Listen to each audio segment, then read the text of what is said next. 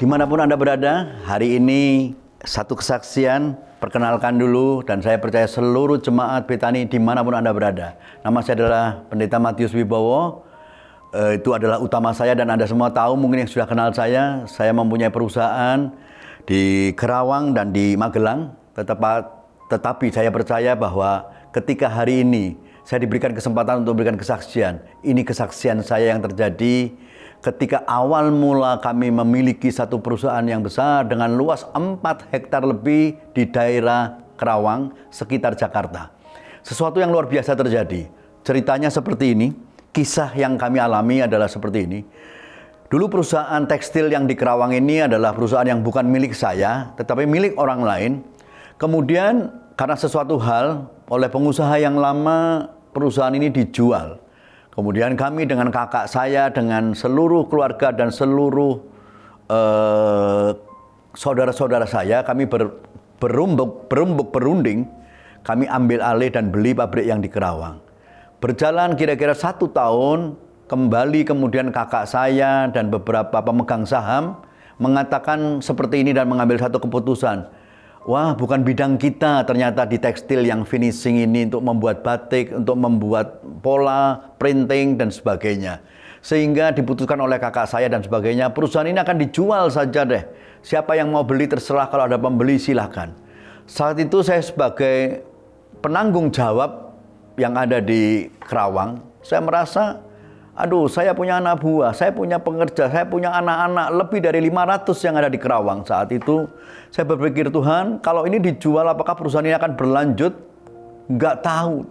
Saat itu saya berdoa, Tuhan, apa yang saya lakukan, Tuhan? Kembali saya dikuatkan berminggu-minggu, berbulan-bulan dari keputusan untuk dijual perusahaan itu. Ayat ini selalu terus datang kepada hambanya, baik siang, pagi, siang, malam.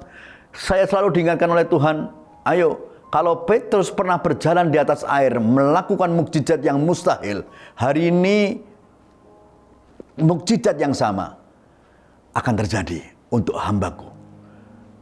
Terus mengiang-iang saya berkata, Tuhan, aku nggak punya dana sebesar itu untuk nutup pabrik dengan luas 4 hektar lebih. Di atas 40 miliar, bagaimana kami tahu? Saya nggak ngerti saat itu, saya nggak ngerti Tuhan. Tetapi kembali firman Tuhan mengatakan bahwa tetap ambil. Berjalan di atas mukjizatku katanya. Saya beranikan diri. Kemudian kami meeting bersama dengan, biarpun itu kakak saya, tetapi karena satu perusahaan itu pasti akan ada perundingan dan sebagainya. Singkat cerita, ternyata dibalik ambil, Tuhan buka jalan yang luar biasa. Saya yang saat itu tidak memegang dana sebesar itu, bahkan 10% dari itu aja kami nggak punya. Kami nggak tahu. Saya nggak tahu, tetapi firman yang menguatkan hambanya kami lalui. Kami lakukan, dan saat itu untuk backup dari pendanaan saat itu oleh kakak dan sebagainya itu oleh salah satu bank swasta. Dia katakan, sudah, ini kita nggak jual seharga sekian puluh miliar, tidak. Tetapi cukup, siapapun yang mau ambil, itu apapun yang menjadi tanggung jawab di bank, selesai, sudah kita mau cabut, kita mau undur dari perusahaan itu.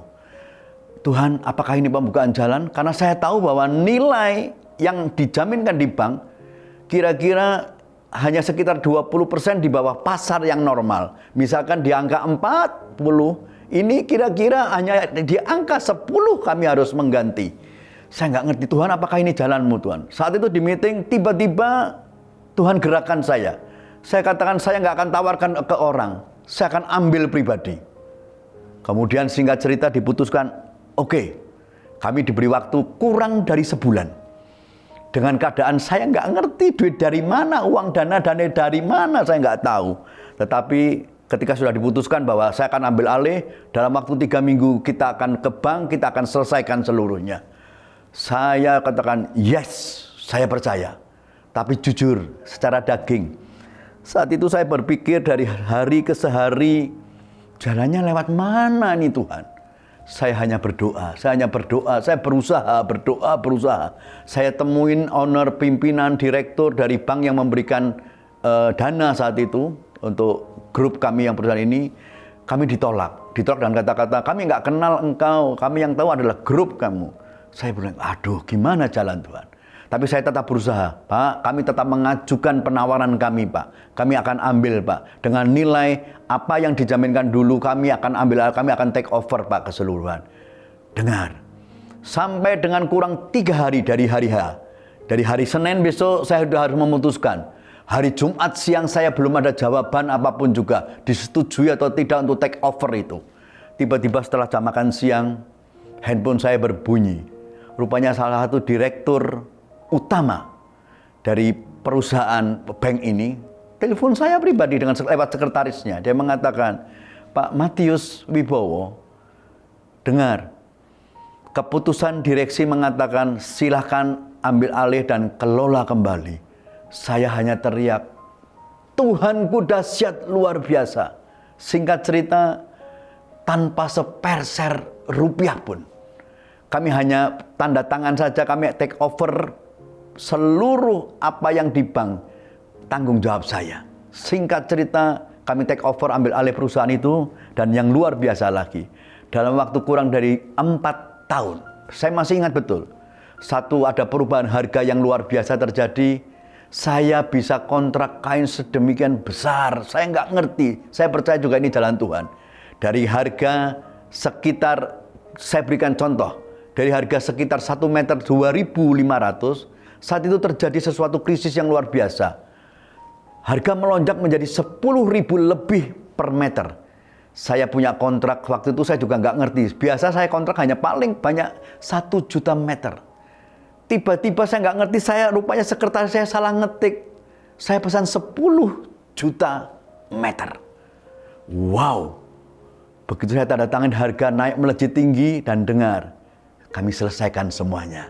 Dan saya percaya, bukan karena gagah perkasa Matius Wibowo, bukan karena keahlian saya, tidak. Tapi saya percaya kalau Tuhan yang membuka jalan, pasti akan terjadi. Saya dapatkan berkat yang ajaib, kiranya boleh menjadi kekuatan semua.